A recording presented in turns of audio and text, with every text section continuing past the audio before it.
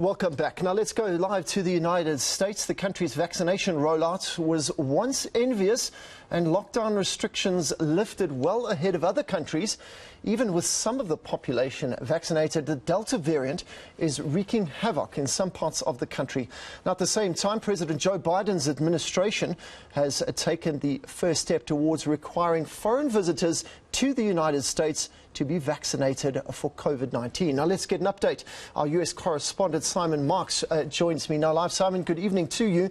Another day, big numbers being recorded, over 100,000 new cases.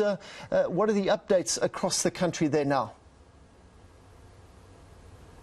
Yeah, it's a dreadful situation here. I mean, there has been some good news just in the last few hours, Peter. For the first time, more than 50% of Americans are now fully vaccinated against COVID-19. That number being announced by the CDC, the Centers for Disease Control, just a couple of hours ago. But it has taken fully 8 months to get there. And the White House knows that the pace at which vaccinations are being sought continues to lag, particularly in some parts of the country that are now seeing record spikes in numbers of new infections from the Delta variant. But there are growing numbers of infections now all over the country. Just north of us here in Washington, D.C., in Montgomery County, Maryland, which ironically is where the National Institutes of Health is headquartered. They've just issued a red alert warning everyone, vaccinated or unvaccinated, to put face masks back on indoors and outdoors. So that gives you a sense that while the Biden administration continues to call this a pandemic of the unvaccinated, and while there is no question that in 7 states of the United States that account for only 25% of the population, those 7 states, dramatically under-vaccinated, are now counting for more than half the cases of COVID-19 infections. We are in the middle of the summer travel season here. There are no meaningful restrictions, no restrictions at all on freedom of movement within the United States. And it is apparent that we're seeing more and more of what they call breakthrough infections, where people who are fully vaccinated still get COVID-19 even though they have had both shots of the jab. I guess while you were speaking there, we were showing pictures of Joe Biden. A lot of fingers being pointed at him now, saying, you know, he is partly responsible for this.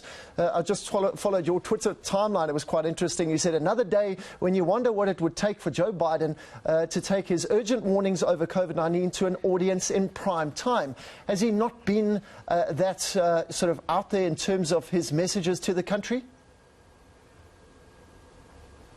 Well, he speaks a lot, and he spoke here just within the last couple of hours, but that was at sort of 1 o'clock in the afternoon, again pleading with the country to get vaccinated. To be fair to Joe Biden, he's doing a lot of finger-pointing himself, and he's making the point that some of these Republican governors, like Ron DeSantis in Florida and Greg Abbott in Texas, who are, for example, pushing back heavily against the CDC's face mask guidance. Indeed, in the case of Governor DeSantis in Florida, a top supporter of former President Donald Trump, he has ordered school districts in the state not to require face masks when students and teachers return to the classrooms in a few weeks' time. But what is intriguing about President Biden is that he pleads with the country to get vaccinated. He's pleading with those early September, and the school systems, if you ask them here in Washington, D.C., what's the plan when, you know, 3 days after the schools go back, there's suddenly 100 kids testing positive in a 2,500 child high school in Washington, D.C.? What's the plan for dealing with that? There is no publicly disclosed answer to that. Fascinating. Simon also picked up an article here on CNN firing 3 workers who failed to get vaccinated for COVID-19. Where does the US, broadly speaking, sit in terms of, you know, forcing people to be vaccinated in the workplace? We're going to see more and more of it. Just today, United Airlines became the country's largest employer to announce that it is going to require vaccination on the part of its 67,000 employees in the United States. No jab, no job. Private companies are legally permitted here to insist upon vaccination. You will lose your job if you are unvaccinated, or in some cases if you refuse to get weekly COVID tests and then furnish the results to your employer. And at the White House today there was full-throated support for that from President Biden. And we also know that the federal government, an enormous employer here, is going to be requiring all of its staff to be fully vaccinated. And very soon we think that President Biden, as Commander-in-Chief, will insist that any serving member of the military has to be fully vaccinated. That likely to be announced at some point in the next few weeks. They're just dotting the I's and crossing the T's on that decision. Just quickly, sorry, I know it's off the point. The Olympics is about to come to close. Is there still a big Olympic fever in the United States? People proud of how they've fared in Tokyo?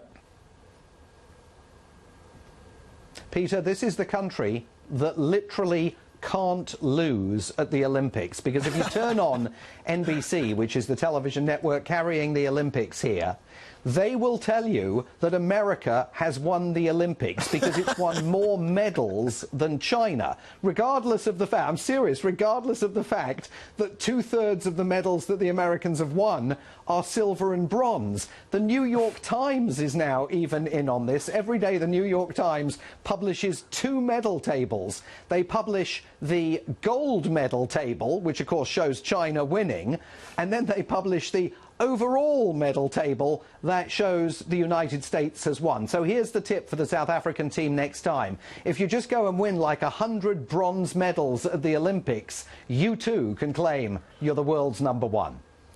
Simon Marks. Simon, thank you very much. That's where we're going to have to leave it. eNCA's US correspondent, Simon Marks.